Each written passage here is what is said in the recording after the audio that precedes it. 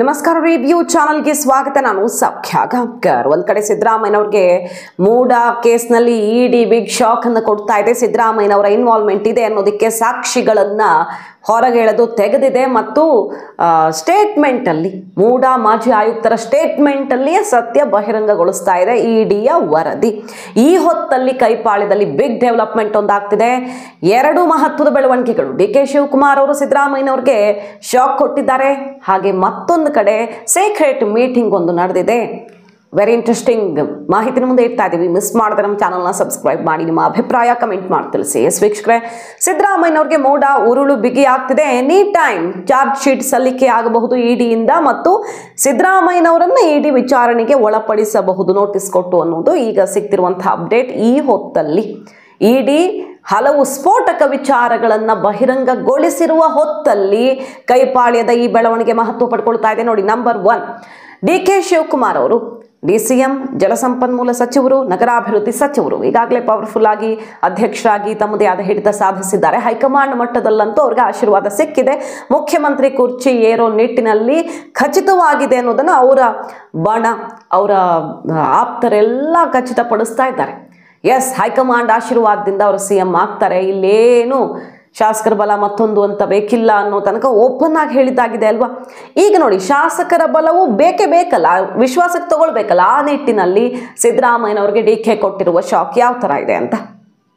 ಸುಮಾರು 15-16 ಶಾಸಕರು ಏನು ನೀರಾವರಿ ನಿಗಮದ ವ್ಯಾಪ್ತಿಯಲ್ಲಿ ಬರುವಂತಹ ಶಾಸಕರು ಅನ್ನೋದೊಂದು ಪಟ್ಟಿ ಮಾಡಿಕೊಂಡು, ಅಂದರೆ ಬೇರೆ ಬೇರೆ ರೀತಿಯಲ್ಲಿ ಡಿ.ಕೆ. ಶಿವಕುಮಾರ್ ಅವಕಾಶ ಸೃಷ್ಟಿಸ್ಕೊಳ್ತಿದ್ದಾರೆ. ಅವಕಾಶ ಸಿಗೋದಲ್ಲ, ಸೃಷ್ಟಿಸ್ಕೊಳ್ಳೋದು ಅಂತ ಅವರೇ ಹೇಳ್ತಿರ್ತಾರಲ್ಲ, ಆ ರೀತಿಯಲ್ಲಿ ಸೃಷ್ಟಿಸಿಕೊಳ್ತಿದ್ದಾರೆ. ನೀರಾವರಿ ನಿಗಮದ ವ್ಯಾಪ್ತಿಯಲ್ಲಿ ಬರುವಂತಹ ಶಾಸಕರಿಗೆ ಈಗ ಡಿ.ಕೆ. ಶಿವಕುಮಾರ್ ಅವರು 50 ಕೋಟಿ ಅನುದಾನವನ್ನು ತಮ್ಮ ಇಲಾಖೆಯಿಂದ ರಿಲೀಸ್ ಮಾಡಿದ್ದಾರೆ ಅನ್ನೋದು ವೆರಿ ಇಂಟ್ರೆಸ್ಟಿಂಗ್.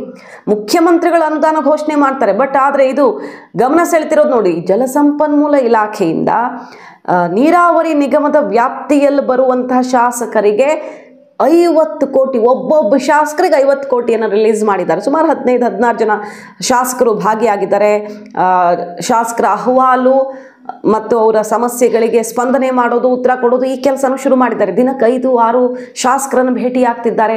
ಡಿ.ಕೆ. ಶಿವಕುಮಾರ್ ಅವರು ಅವರ ಸಮಸ್ಯೆಗಳಿಗೆ ಸ್ಪಂದಿಸ್ತಿದ್ದಾರೆ, ಕ್ಷೇತ್ರದ ಸಮಸ್ಯೆಗಳಿಗೆ ಪರಿಹಾರ ಕೊಡ್ತಿದ್ದಾರೆ ಅನ್ನೋದು ವೆರಿ ಇಂಟ್ರೆಸ್ಟಿಂಗ್. ನೋಡಿ, ಯಾರ್ಯಾರು ಶಾಸಕರಿಗೀಗ ಅನುದಾನ ಕೊಟ್ಟಿರೋದು ಜಲಸಂಪನ್ಮೂಲ ಇಲಾಖೆಯಿಂದ ಮತ್ತು ಆ ಮೀಟಿಂಗಲ್ಲಿ ಯಾರ್ಯಾರು ಭಾಗಿಯಾಗಿದ್ರು ಡಿ.ಕೆ. ಶಿವಕುಮಾರ್ ಅವ್ರ ಜೊತೆ ಅಂತ ನೋಡೋದಾದರೆ, ಸೈಯದ್ ಯಾಸಿರ್ ಪಠಾಣ್, ಬಸವರಾಜ್ ಶಿವಗಂಗಾ, ವಿಶ್ವಾಸ್ ವೈದ್ಯ, ಬಿ ಚಿಮ್ಮನಕಟ್ಟಿ, ಬಸವಂತಪ್ಪ ಮತ್ತು ಜಲಸಂಪನ್ಮೂಲ ಇಲಾಖೆ ವ್ಯಾಪ್ತಿಯಲ್ಲಿ ಯಾರ್ಯಾರು ಬರ್ತಾರೋ ಆ ನಿಗಮ ಅಂತ ರಿಲೇಟೆಡ್ ಇರ್ತಾರಲ್ಲ ಆ ಶಾಸಕರು. ಇದು ರುದ್ರಪ್ಪ ಲಮಾಣಿ, ಶಿವಣ್ಣ, ಅಶೋಕ್ ಪಟ್ಟಣ್, ಅಶೋಕ್ ರೈ, ವಿನಯ್ ಕುಲಕರ್ಣಿ, ಜಿ.ಡಿ. ಪಾಟೀಲ್, ಯು.ಬಿ. ಬಣಕಾರ್, ಪ್ರಕಾಶ್ ಕೋಳಿವಾಡ, ಶ್ರೀನಿವಾಸ್ ಮಾನೆ, ಕೋನ್ ರೆಡ್ಡಿ, ಈ ರೀತಿ ಶಾಸಕರ ಗುಂಪು ಭಾಗಿಯಾಗಿದೆ. ಎಲ್ಲರನ್ನು ವಿಶ್ವಾಸಕ್ಕೆ ತಗೊಳ್ತಿದ್ದಾರೆ. ಸಿದ್ದರಾಮಯ್ಯ ಬಣ, ಆ ಬಣ, ಈ ಬಣ ಅಂತಿಲ್ಲ. ಅನುದಾನವನ್ನು ಕೊಡೋ ಮೂಲಕ ಅವರು ಖುಷಿ ಮಾಡೋದು. ಯಾರೇ ಶಾಸಕರಾಗಲಿ ಯಾರ ಬಣದಲ್ಲಿ ಅಂತ ಯಾಕೆ ಗುರ್ತಿಸ್ಕೊಂಡಿರ್ತಾರೆ, ಅವ್ರಿಗೆ ಅನುದಾನ ಸಿಗತ್ತೆ, ಏನೋ ಕೆಲಸ ವರ್ಗಾವಣೆ ಮಗದೊಂದು ಎಲ್ಲ ಆಗತ್ತೆ, ಕಾಲಕ್ಕೆ ಬೇಕಾಗಿದ್ದೆಲ್ಲ ಸಿಗತ್ತೆ, ಆಗ ಅವರು ಕ್ಯಾಂಪ್ ಅಂತ ಗುರ್ತಿಸ್ಕೊಳ್ತಾರೆ. ಸಿದ್ದರಾಮಯ್ಯನವರು ಸುದೀರ್ಘ ಅವಧಿಗೆ ರಾಜಕಾರಣ ಮಾಡಿಕೊಂಡು ಲೀಡರ್ ಆಗಿ ಒಂದು ಟೀಮನ್ನು ಲೀಡ್ ಮಾಡ್ಕೊಂಡು ಬಂದವರು. ಈಗ ಡಿ.ಕೆ. ಶಿವಕುಮಾರ್ ಅವ್ರಿಗಿರುವಂಥ ಅತಿ ದೊಡ್ಡ ಕೊರತೆ ಈ ಶಾಸಕರ ಬೆಂಬಲವೇ ಅಲ್ವಾ. ಹೈಕಮಾಂಡ್ ಆಶೀರ್ವಾದ ಸಿಕ್ಕಾಗಿದೆ, ಅದು ಖಚಿತವಾಗಿ ಕಾಣಿಸ್ತಾ ಇದೆ ಅವ್ರ ಮಾತಲ್ಲಿ. ಈಗ ಶಾಸಕರು ಕೂಡ ವಿರುದ್ಧ ದಿಕ್ಕಿನಲ್ಲಿ ನಿಲ್ಲಬಾರ್ದು. ಕೊನೆ ಪಕ್ಷ ಸತೀಶ್ ಜಾರಕಿಹೊಳಿ ಅವರು 50 ಶಾಸಕರ ನಂಬರ್ ತೋರಿಸೋದಕ್ಕೆ ನಿಂತು ಬಿಟ್ಟಿದ್ದಾರೆ ಅಂದರೆ ತಾನೇ ಹಿಂದೆ ಬೀಳಬಾರ್ದು. ಹಾಗಾಗಿ ಡಿ.ಕೆ. ಶಿವಕುಮಾರ್ ಅವರು ಎರಡೂ ಕಡೆಯಿಂದ ಬಲ ಹೊಂದಾಣಿಕೆ ಮಾಡಿಕೊಳ್ಳುವಂತಹ ಪ್ರಯತ್ನ ಮಾಡ್ತಿದ್ದು, ಪ್ರತಿದಿನ ಒಂದು ಕಡೆ 5-6 ಶಾಸಕರ ಜೊತೆ ಮೀಟಿಂಗ್ ಮಾಡ್ತಿರೋದು. ಅಂದರೆ ಅವರ ಕ್ಷೇತ್ರಕ್ಕೆ ಪರಿಹಾರ ಅಥವಾ ಸಮಸ್ಯೆಗಳಿಗೆ ಪರಿಹಾರ ಅನ್ನೋ ರೀತಿಯಲ್ಲಿ. ಇಲ್ಲಿ ನೋಡಿದ್ರೆ 50 ಕೋಟಿ ಅನುದಾನ ತಮ್ಮ ಇಲಾಖೆಯಿಂದ, ಸಿಎಂ ಥರ ಅನುದಾನ ಕೊಡ್ತಿದ್ದಾರೆ ಡಿ.ಸಿ.ಎಂ ಅಂದರೆ ಜಲಸಂಪನ್ಮೂಲ ಇಲಾಖೆಯಿಂದ ಅನ್ನೋದು ವೆರಿ ಇಂಟ್ರೆಸ್ಟಿಂಗ್. ಇದು ಒಂದು ಬೆಳವಣಿಗೆ.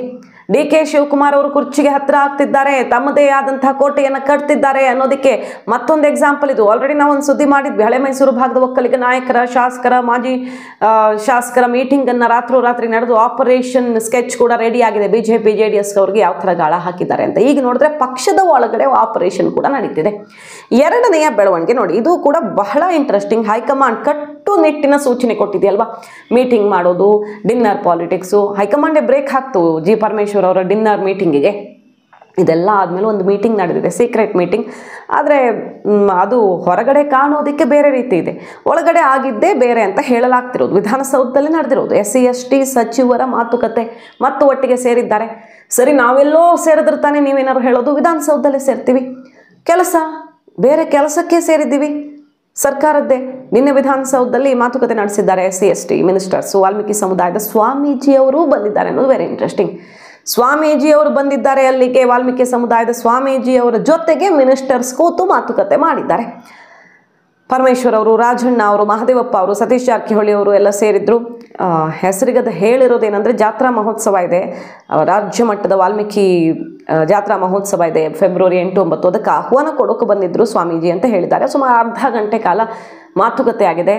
ಸಚಿವರುಗಳೆಲ್ಲ ಮೀಟಿಂಗ್ ಮಾಡಿದ್ದು, ದಲಿತ ನಾಯಕರು ಒಟ್ಟಿಗೆ ಇಷ್ಟೆಲ್ಲ ಹೈಕಮಾಂಡ್ ಎಚ್ಚರಿಕೆ ಬಳಿಕ ಕೂಡ ಬೇರೆ ಸ್ವರೂಪದಲ್ಲಿ ಮೀಟಿಂಗ್ ಮಾಡಿದ್ದಾರೆ. ಸಿದ್ದರಾಮಯ್ಯನವರು ರಿಯಾಕ್ಟ್ ಮಾಡಿದ್ದಾರೆ. ಮೀಟಿಂಗು, ಡಿನ್ನರು, ಸಭೆ ಸೇರೋದ್ರಲ್ಲಿ ತಪ್ಪೇನೂ ಇಲ್ಲ, ಅದಕ್ಕೆ ಬೇರೆ ಬೇರೆ ಅರ್ಥ ಕಲ್ಪಿಸೋದು ತಪ್ಪು ಅಂತ ಅಲ್ಲಿ ಸಿದ್ದರಾಮಯ್ಯನವ್ರ ರಿಯಾಕ್ಷನ್. ಪರಮೇಶ್ವರ್ ಅವರು ಹೇಳ್ತಿದ್ದಾರೆ, ಇದು ಜಸ್ಟ್ ಒಂದು ಕಾರ್ಯಕ್ರಮಕ್ಕೆ ಆಹ್ವಾನ ಕೊಡೋಕೆ ಬಂದಿದ್ದು, ಎಲ್ಲರೂ ಸೇರಿದ್ವಿ ಅಷ್ಟೇ ಅಂತ. ಏನಾದರೂ ಆಗಲಿ, ಕೈಪಾಳ್ಯದಲ್ಲಿ ಏನೋ ಒಂದು ದೊಡ್ಡ ಬೆಳವಣಿಗೆ ಆಗೋದಕ್ಕಿದೆ. ಮೂಡ ಸಂಕಷ್ಟ ಇನ್ನೂ ಜಾಸ್ತಿ ಆದರೆ ಏನು ಅನ್ನೋದಕ್ಕೀಗ ಈ ಮೀಟಿಂಗ್ ಎಲ್ಲ ಸಾಕ್ಷಿ ಆಗ್ತಿರೋದು. ವಾಟ್ ನೆಕ್ಸ್ಟ್ ಅಂತ ಬಂದರೆ ನಾವು ರೆಡಿ ಇದ್ದೀವಿ.